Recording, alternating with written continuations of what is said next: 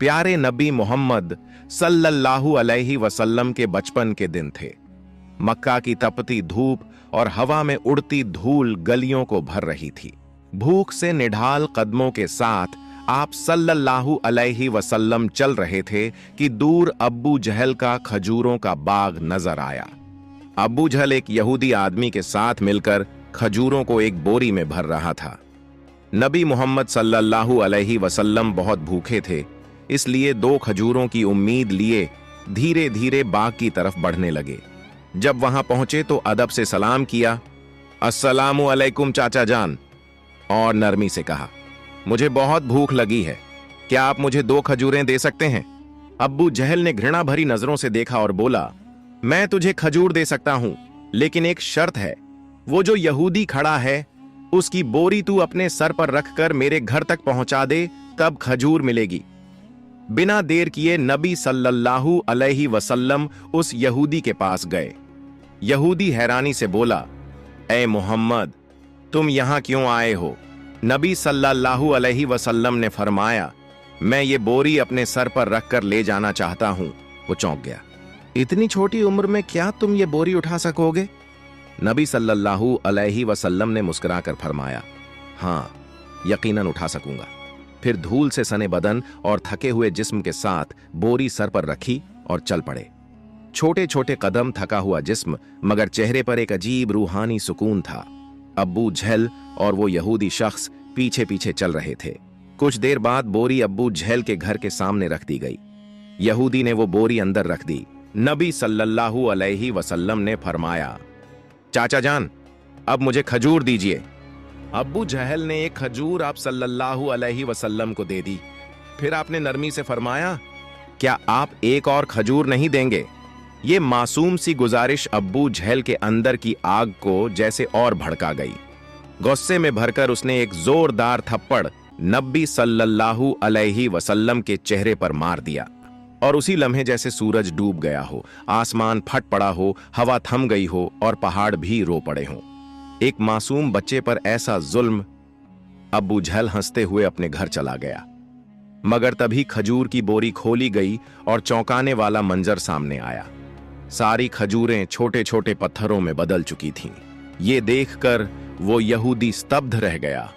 आंखें फैल गईं, जबान खामोश हो गई। वो भागा भागा अपने सरदार को ये खबर देने चला गया। उधर अब्बू जहल घर से बाहर आया और ताना देते हुए बोला, ए मोहम्मद, तू तो बहुत बड़ा जादूगर निकला, तूने मेरी खजूरों पर जादू कर दिया। नबी सल्लल्लाहु अलैहि वसल्लम ने सर झुकाकर बहुत नरमी से कहा, चाचा जान, मुझे तो कुछ मालूम नहीं। ये सुनते ही अब्बू जहल ने एक और थप्पड़ मारा। उसकी आवाज जैसे आसमान को चीर गई। सब कुछ थम गया और उस मासूम की आंखों से एक आंसू लुढ़क गया। मगर देखिए, क्या शफकत थी, क्या रहमत थी। नबी सल्लल्लाहु अलैहि वसल्लम ने सिर्फ इतना कहा, चाचा, आपके हाथ को चोट तो नहीं लगी? सुभान अल्लाह, क्या किरदार, क्या इंसानियत। खुद थप्पड़ खाया, मगर फिक्र उस इंसान की जिसने मारा। फिर नबी सल्लल्लाहु अलैहि वसल्लम ये सारी जिल्लत नबी सल्लल्लाहु अलैहि वसल्लम ये सारी जिल्लत, तकलीफ और भूख लेकर घर वापस नहीं गए, बल्कि चुपचाप पहाड़ के किनारे जाकर खड़े हो गए। दरख्त और पहाड़ जैसे पुकार उठे, अफसोस, जिसे न पैदा किया जाता तो ये जमीन, ये आसमान कुछ भी न होते। वो अजीम नबी आज भूखे, नजरअंदाज किए जा रहे हैं। लेकिन फिर भी अब्बू जहल जैसे संगदिल के दिल में न रहम आया, न आंखों में पछतावे का एक कतरा। उधर वो यहूदी शख्स अपने सरदार के पास दौड़ता हुआ जा पहुंचा। आज मैंने एक ऐसा वाकया देखा है जो तसव्वुर से भी परे है। वो यहूदी अपने सरदार से कह रहा था, अब्दुल्लाह के बेटे मोहम्मद सल्लल्लाहु अलैहि वसल्लम में कोई ऐसी ताकत है कि बस एक तमाचा लगने पर सारी खजूरें पत्थर बन गईं। आप ही बताइए, क्या ये जादू हो सकता है या फिर कोई इलाही ताकत है? ये सुनकर सरदार थोड़ी देर खामोश रहा, फिर गंभीर आवाज में बोला, हमने भी सुना है कि हमारी आसमानी किताब में मोहम्मद का जिक्र है कि वही आखिरी और सबसे अजीम नबी होंगे। मगर क्या वाकई यही मोहम्मद हैं? ये जानना जरूरी है। हमें अपने मजहबी पेशवा से रुजू करना होगा। अगर ये बात सच निकली तो हम उसे जिंदा नहीं छोड़ेंगे, बल्कि उसे इस दुनिया से ही खत्म कर देंगे। तुम लोग जाओ और ये खबर हमारे पेशवा तक पहुंचाओ। ये सुनकर वो यहूदी शख्स फिर से अब्बू जहल के घर की तरफ रवाना हो गया।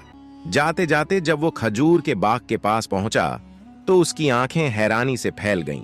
पूरे बाग में एक भी खजूर नहीं थी। हर दरख्त पर सिर्फ पत्थर, सिर्फ पत्थर।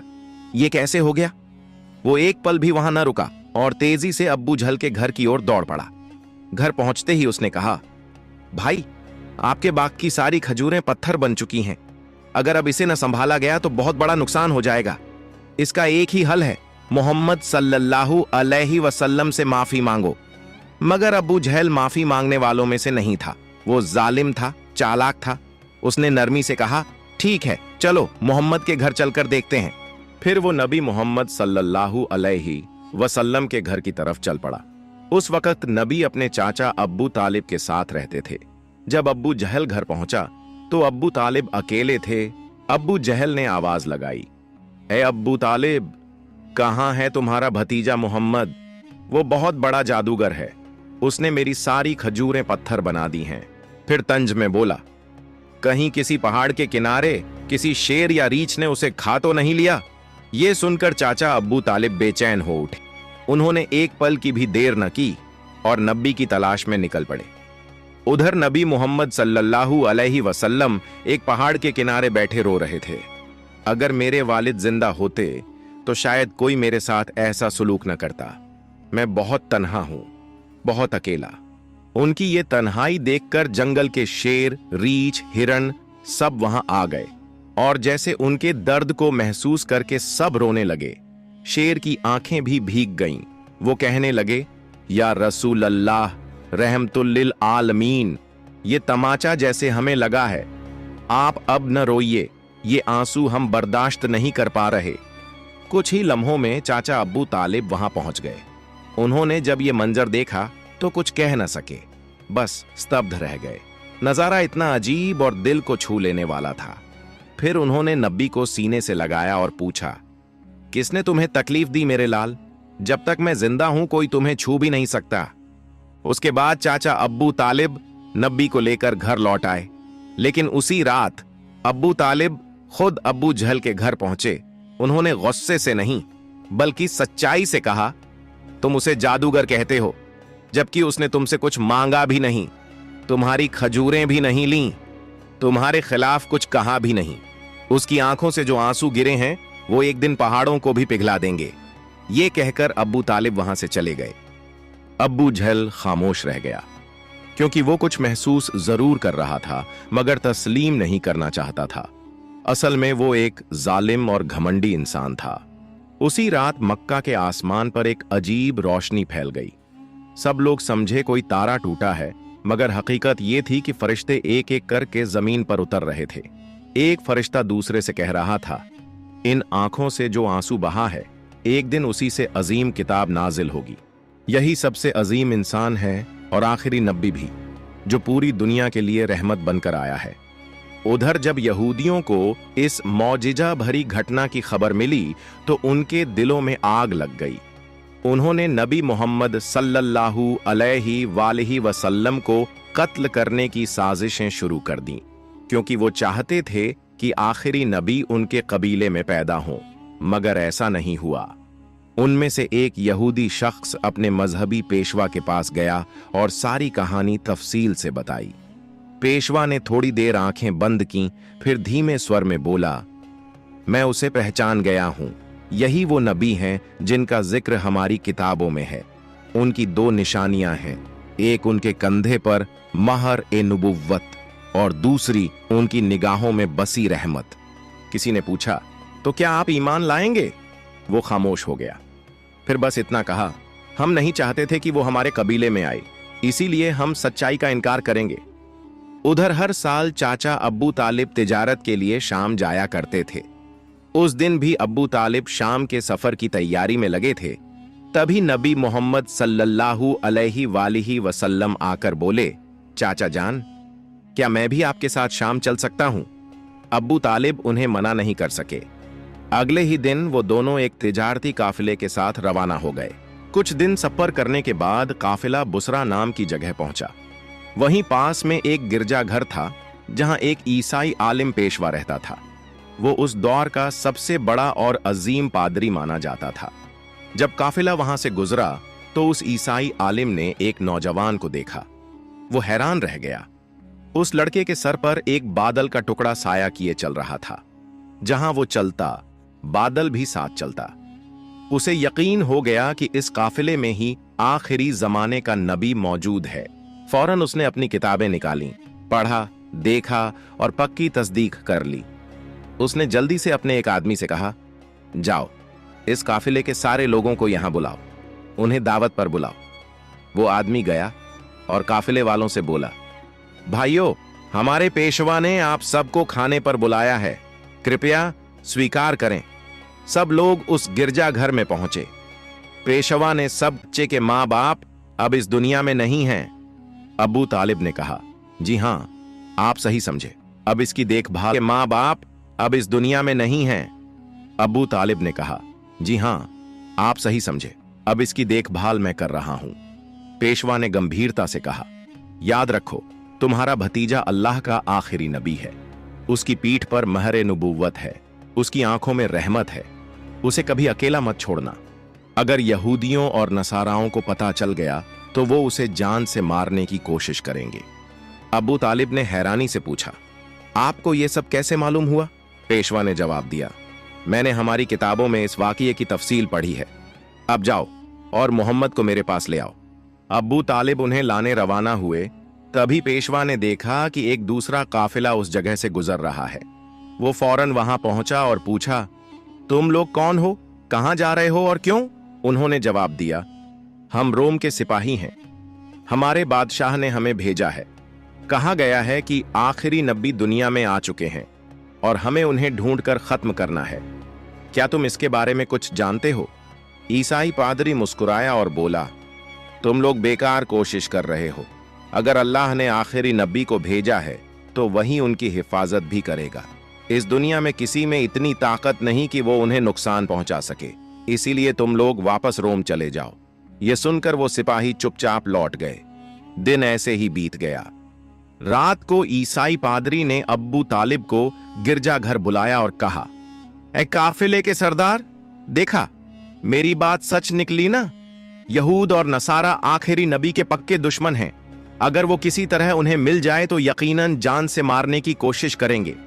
इसलिए मेरी मानो, अपने भतीजे को लेकर विदेश मत जाओ, वापस लौट चलो। अगले दिन अब्बू तालिब ने सफर छोड़ने का फैसला कर लिया और काफिला वतन की ओर लौट पड़ा। कुछ दूर ही गए थे कि अगले दिन रास्ते में उन्हें एक घोड़ा नजर आया, लेकिन वहां कोई इंसान नहीं था। रुककर देखा तो एक आदमी मरणासन्न पड़ा था। असल में वो एक यहूदी था। कभी नबी को मारने आया था, लेकिन आज वही नबी अपने हाथों से उसे पानी पिलाकर उसकी जान बचा रहे थे। फिर उसे साथ लेकर काफिला आगे बढ़ा। चलते चलते वो एक समुंदर के किनारे पहुंचे जहां मछुआरों की एक बस्ती थी। काफिला वहीं आराम के लिए रुका, मगर वो मछुआरे बुत परस्त थे और गहरे अंधविश्वास में डूबे हुए थे। अब्बू तालिब वहां पहुंचे जहां कुछ लोग मूर्तियों के सामने झुके हुए थे। उन्होंने एक से पूछा, भाई, तुम लोग इस तरह मूर्तियों की पूजा क्यों कर रहे हो? उसने जवाब दिया, कई दिन से हमारे जाल में मछलियां नहीं आ रहीं, इसलिए समुंदर के देवता को खुश करने के लिए हम ये पूजा कर रहे हैं। उधर नबी करीम ने देखा कि एक बड़ी मूर्ति के पास एक औरत और उसका बच्चा जंजीरों से बंधे हुए हैं। उन्हें कुर्बानी के लिए बांधा गया था। मछुआरों का मानना था कि ऐसा करने से देवता खुश हो। तब नबी करीम धीरे से वहां पहुंचे और मां बेटे को उन जंजीरों से आजाद कर दिया। उसी पल एक मछुआरा आया और घबराकर बोला, जिन्हें कुर्बानी देने के लिए बांधा था, उन्हें कोई बच्चा आजाद कर गया है। यह सुनकर सब लोग गुस्से में नबी को पकड़ने दौड़े। अब्बू तालिब उन्हें रोकने के लिए आगे बढ़े। तभी सबकी आंखों ने एक अजीब नजारा देखा। वो बड़ी मूर्ति अपने आप गिरकर टूट गई। समुंदर में जोरदार लहरें उठने लगीं और उनके साथ मछलियों की भरमार ऊपर आ गई। मछुआरे जाल डाल डालकर मछलियां पकड़ने लगे और खुशी से झूम उठे। ये सब देखकर अब्बू तालिब दंग रह गए। असल में नबी करीम उस वक्त समुंदर किनारे खड़े होकर अपने रब से दुआ कर रहे थे और उसी दुआ की बरकत से अल्लाह ताला ने समुंदर को मछलियों से भर दिया। फिर काफिला मक्का की तरफ रवाना हो गया। मक्का पहुंचने के बाद नबी करीम अपने चाचा अब्बू तालिब की बकरियां चराया करते थे। एक दिन बकरियां चराकर लौटते वक्त नबी करीम ने देखा एक जगह गुलामों और लौंडियों की मंडी लगी है। मर्दों को गर्म लोहे से जलाया जा रहा था और औरतों को ऊंचे दामों पर बेचा जा रहा था। यह मंजर देखकर नबी का दिल कांप उठा, आंखें भर आईं। उधर उनके एक चाचा अब्बू लहब गुलामों की खरीद फरोख्त करते थे। वो एक बेगुनाह लौंडी को बहुत महंगे दामों में बेच रहे थे। तभी उसी लौंडी का शौहर दौड़ता हुआ आया और बोला, हुजूर, आप ये जुल्म मत कीजिए, हमें माफ कर दीजिए। वो बड़ी बेबसी और गिड़गिड़ाहट से रोने लगा, लेकिन अब्बू लहब उसकी एक न सुन रहे थे। इसी वक्त हमारे रहमत वाले नबी वहां पहुंच गए। आपने अपने चाचा से फरमाया, चाचा, इस औरत को मत बेचिए। अब्बू लहब